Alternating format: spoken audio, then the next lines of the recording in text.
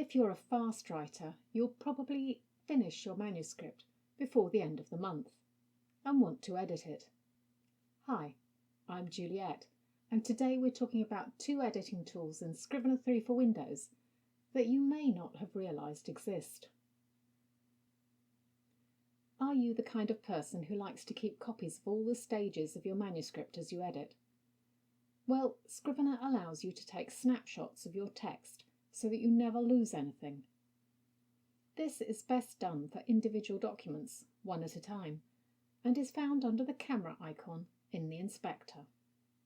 Simply be in the document you want to snapshot and click on the plus icon. You'll hear a camera click and an item will appear in the list in the inspector.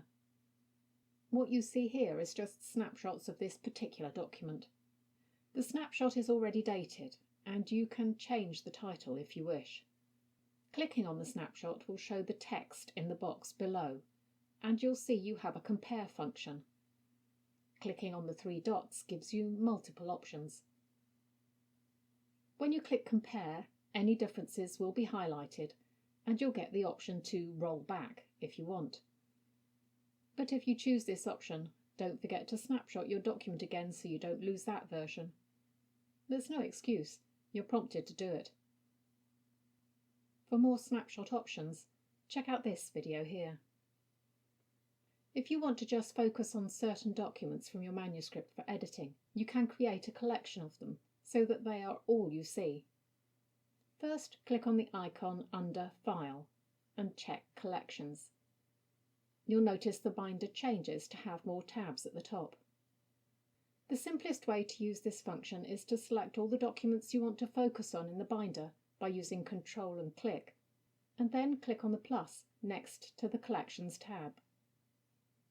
The binder will change and a new collection will appear with its own tab.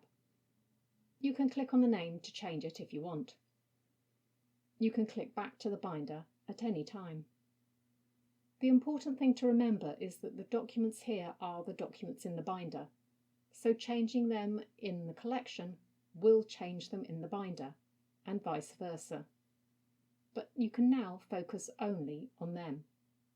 You can also drag additional items from the binder to the collection, and they'll be added to the bottom of the list.